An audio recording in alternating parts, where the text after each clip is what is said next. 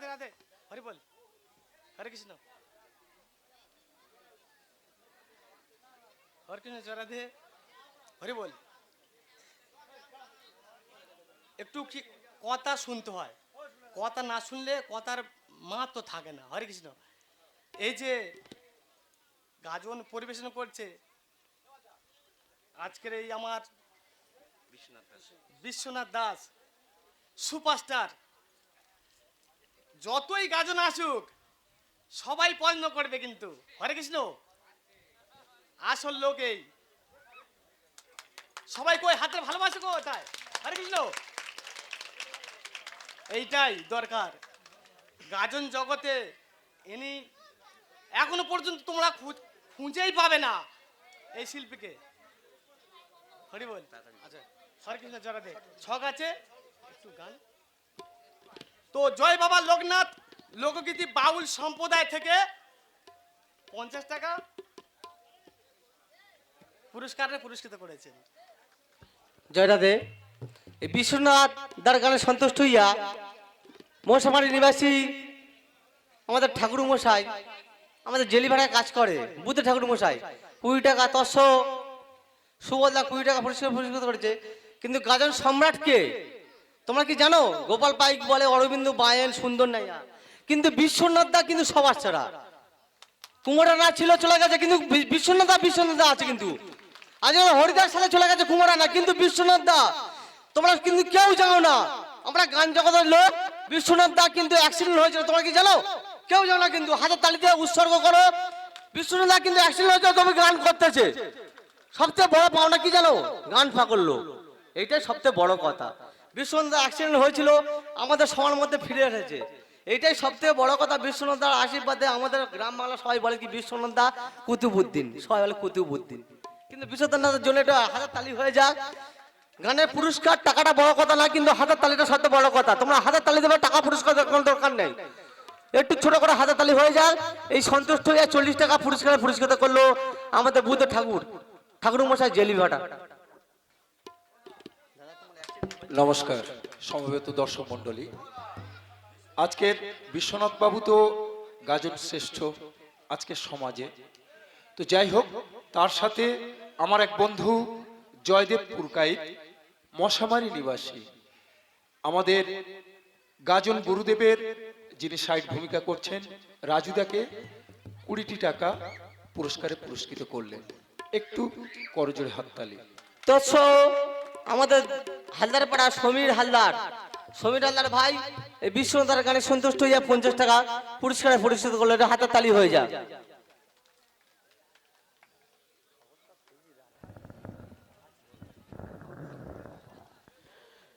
তো একটা কথা বলি, এই যে অগণিত আমার সম্মুখে অগণিত দর্শক মণ্ডলী বসে আছেন, তো হয়তো ক্ষণিক সময় আপনাদের মূল্যবান সময় নষ্ট হয়ে গেছে। তো আমি না বলে থাকতে পারছি না, বলতেই আমার হবে।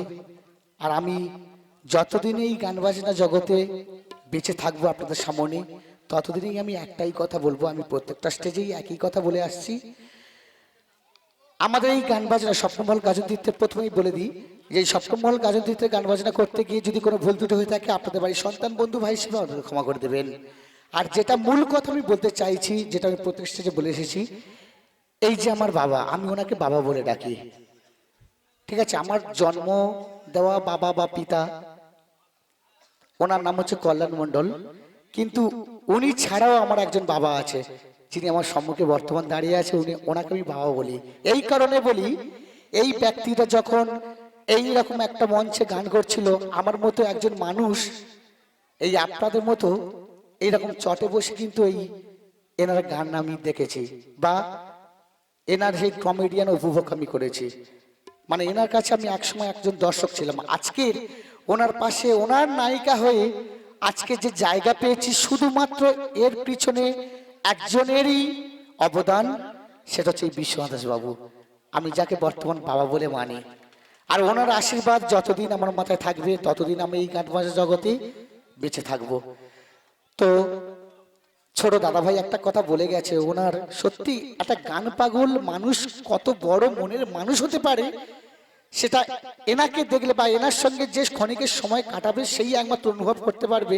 ওনার এই গত এক সপ্তাহ হয়ে গেল একটা মারাত্মক অ্যাক্সিডেন্ট, মানে ওনার পাশে যে ড্রাইভার বসেছিল সে ড্রাইভার আজকের দিনে মৃত, মানে এইরকম সিচুয়েশনে একটা অ্যাক্সিডেন্ট হয়েছে। আর ওনার তো মানে বলা বাহুল্য ব্যাপার, ভীষণ চোট। 4 দিন আমাদের গান ছুটি হয়ে গেছিল এনার জন্য, তারপরে আবার এই গান শুরু করেছি। তো এনার যে এই যে মনের বল, মা সরস্বতীর আশীর্বাদ, এই যে আমরা বলে থাকি মা সরস্বতী বরপুত্র বিশ্বনাথ দাস, তো সত্যি যুগ যুগ জিও এই বিশ্বনাথ দাস যতদিন বেঁচে থাকবে, গাজনের কমিক সম্রাট হয়ে ততদিন এই গাজন বেঁচে থাকবে। এইটুকু বলে আমার মূল্যবান বক্তব্য আমি শেষ করছি। বলার অনেক ছিল, সময় বেশি নেব না। শারীরিক অসুস্থ, গত 7 চৈত্র আমি অ্যাক্সিডেন্ট হয়েছিলাম। আজকে যে আপনাদের মাঝে আপনাদের ভালোবাসা, আপনাদের আশীর্বাদে আসতে পেরেছি, এটা আমি নিজেকে ধন্য বলে মনে করছি। আপনারা আশীর্বাদ করুন যেন আগামীতে আরও ভালো ভালো গানের ডালি নিয়ে আপনাদের সামনে আমি যেন উপস্থিত হতে পারি। আর এই যে পুরস্কার দিলেন, পুরস্কার নয়, গুরুজনদের আশীর্বাদ বলে মাথায় তুলে নিলাম। গান হবে না, চলে যাব। আপনারা গানকে ভালোবাসেন, আমাদেরকে ভালোবাসেন, গান গাইব না চলে যাব, এ কেমন ধারা? শ্রোতা মানে ভগবান, শিল্পীদের কাছে শ্রোতা ভগবান। ভগবানকে সন্তুষ্ট করার দায়িত্ব বা কর্তব্য একমাত্র শিল্পী। তাই আপনাদের গান শোনাচ্ছি। কেন জানি না যে শুধু তোমার কথাই মনে পড়ে, কেন জানি না যে শুধু তোমার কথাই মনে পড়ে। তুমি জানো না তো আমার ছিলে কত যে আপনার, তুমি জানো না তো আমার ছিলে কত যে আপনার। সে স্মৃতি দু চোখ বেয়ে অশ্রু হয়ে অঝর ঝরে। কেন জানি না যে শুধু তোমার কথাই মনে পড়ে, কেন জানি না যে শুধু তোমার কথাই মনে পড়ে।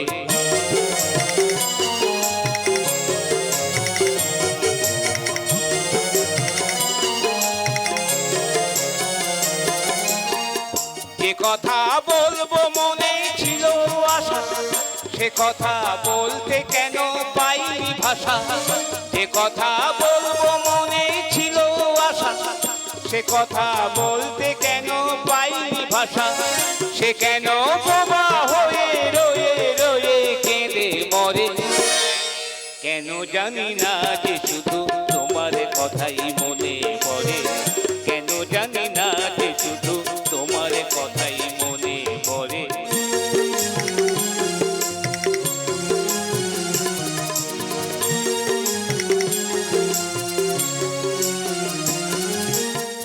কত যে বেসেছিলাম তোমায় ভালো, সে কি আজ ভাঙা ঘরে চাঁদের আলো। কত যে বেসেছিলাম তোমায় ভালো, সে কি আজ ভাঙা ঘরে চাঁদের আলো। এ হৃদয় যখন আমার মুখর হলো, সে কেন কাছে এসে হারিয়ে গেল। এ হৃদয় যখন আমার মুখর হলো, সে কেন কাছে এসে হারিয়ে গেল। সে স্মৃতি ধূপের মতো অবিরত আপন করে। কেন জানি না যে শুধু তোমার কথাই মনে পড়ে, কেন জানি না যে শুধু তোমার কথাই মনে পড়ে। তুমি জানো না তো আমার ছিলে কত যে আপনার, তুমি জানো না তো আমার ছিলে কত যে আপনার। সে স্মৃতি দু চোখ বেয়ে অশ্রু হয়ে অঝর ঝরে। কেন জানি না যে শুধু তোমার কথাই মনে পড়ে, কেন জানি না যে শুধু তোমার কথাই মনে পড়ে। কেন জানি না যে শুধু তোমার কথাই মনে পড়ে।